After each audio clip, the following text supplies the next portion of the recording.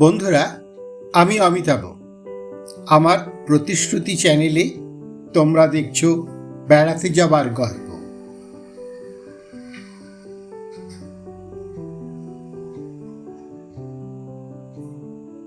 গল্প ভালো লাগলে তোমরা লাইক ও কমেন্ট করে জানিও। আর আমার চ্যানেল সাবস্ক্রাইব করা না থাকলে সাবস্ক্রাইব করে দিও। দেখতে থাকো, শুনতে থাকো বেড়াতে যাবার গল্প।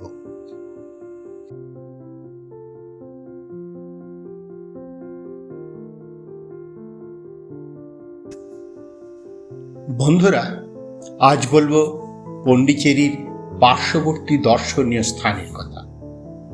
সঙ্গে থাকো, দেখতে থাকো বেড়াতে যাবার গল্প কথা।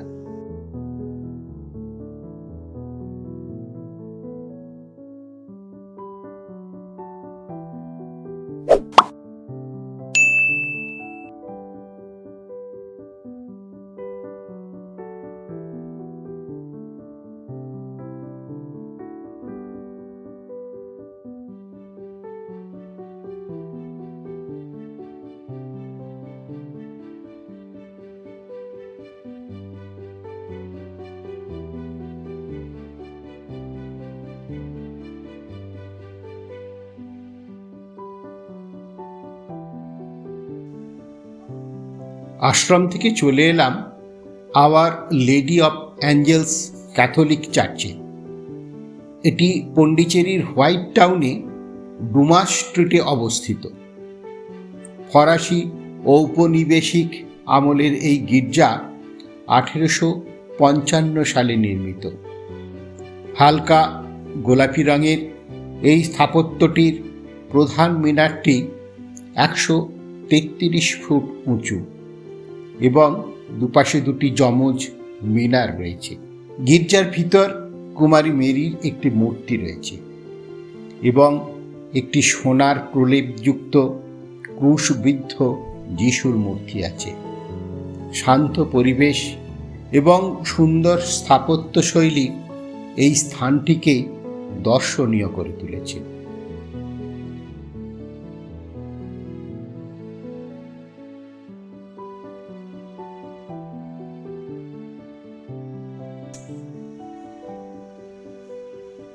এরপর চলে এলাম বেদপুরীশ্বর মন্দির। এটি পন্ডিচেরির কেন্দ্রস্থলে অবস্থিত অন্যতম প্রাচীন মন্দির, যা ভগবান শিব এবং দেবী পার্বতীকে উৎসর্গীকৃত শিব মন্দির নামেও খ্যাত। 1788 সালে পুনর্নির্মাণ করা হয় এই মন্দির। মন্দিরের প্রবেশদ্বারে 75 ফুট উঁচু একটি গোপুরাম রয়েছে, যেখানে নানা রঙের নানা দেব দেবী, ফুল ইত্যাদি মূর্তি রয়েছে। ভেতরে ফটোগ্রাফির অনুমতি নেই।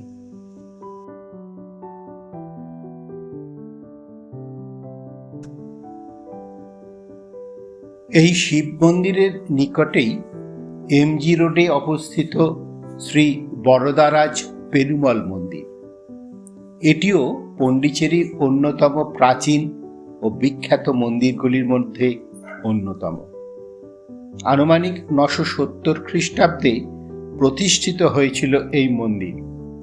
এই মন্দিরে বিষ্ণুর 5 ফুট উঁচু একটি দণ্ডায়মান মূর্তি রয়েছে। সামনে রয়েছে এই সুন্দর গোপুরমটি। এই মন্দিরের ভিতরেও ফটো তোলার অনুমতি নেই, তাই ভিতরের ছবি নিতে পারলাম না। বন্ধুরা, এবার শহর থেকে 10 কিলোমিটার দূরে অবস্থিত ইডেন সমুদ্র সৈকতে চলে এলাম। এই বিচ প্যারাডাইস বিচ ও আর্টস অ্যান্ড ক্রাফট ভিলেজের মাঝে অবস্থিত। প্যারাডাইস বিচ এখান থেকে 1 কিলোমিটার দূরে।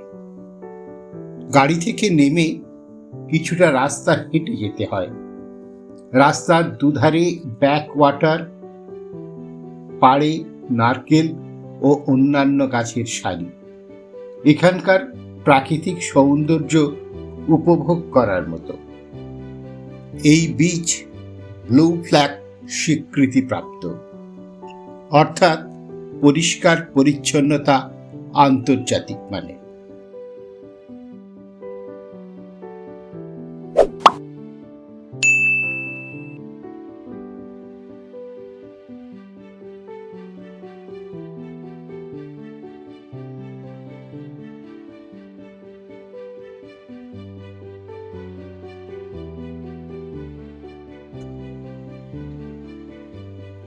হাঁটতে হাঁটতে পৌঁছে গেলাম বিচ পরিসরে।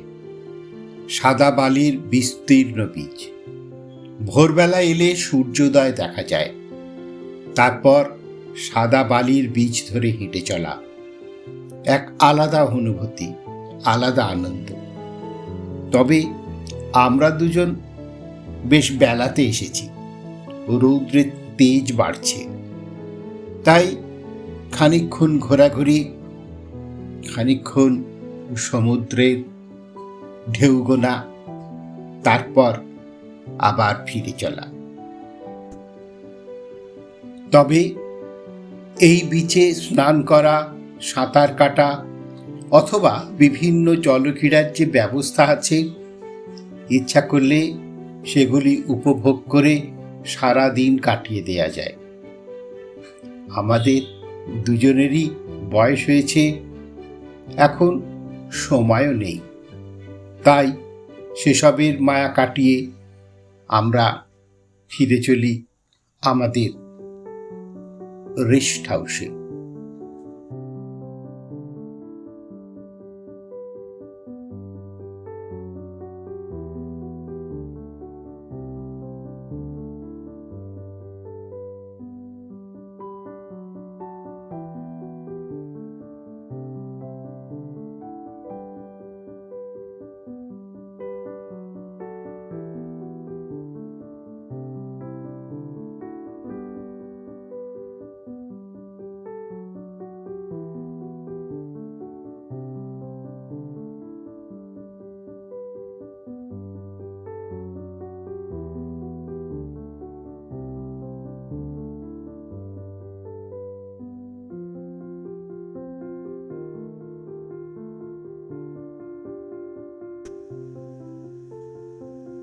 আশ্রমের পার্ক গেস্ট হাউসের বিপরীতে সমুদ্র সৈকত পাথরের বোল্ডার দিয়ে বাঁধানো।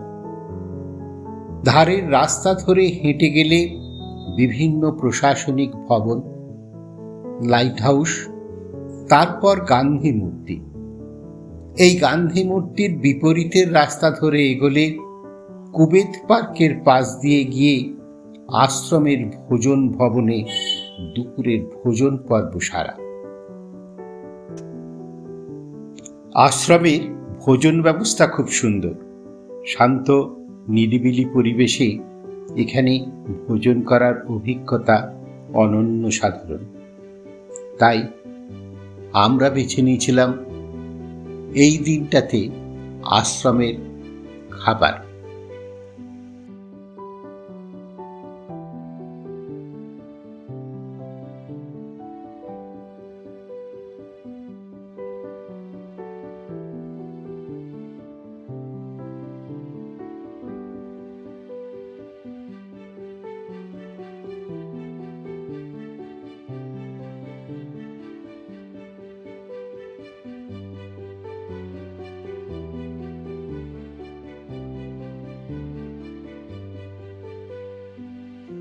সন্ধ্যায় বেরিয়ে পড়েছি ফ্রেঞ্চ কলোনির রাস্তায়।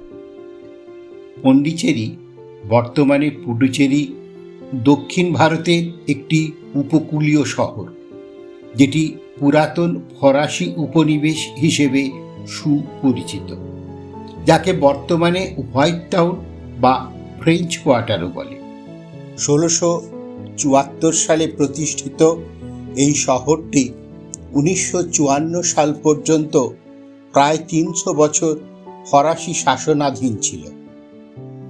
হালকা হলুদ রঙের স্থাপত্যগুলি এখনো ফরাসি ও উপনিবেশিক ঐতিহ্য বহন করছে। আলো ঝলমলে রাস্তা, ক্যাফেটেরিয়াগুলি পুরনো ঐতিহ্য বহন করে যেন এক টুকরো ফ্রান্সকে টিকিয়ে রেখেছে। এলাকাটি তামিল ও ফরাসি ঐতিহ্যের এক অনন্য মিশ্রণ। এখানকার বাসিন্দারা মাঝে মাঝে ফরাসি ভাষায় কথা বলেন, রাস্তার নামও ফরাসি ভাষায় ব্যবহার করে। যারা ভিন্ন স্বাদের খাওয়া দাওয়া পছন্দ করেন তারা এই ফ্রেঞ্চ কলোনির রেস্টুরেন্টে খেয়ে দেখতে পারেন।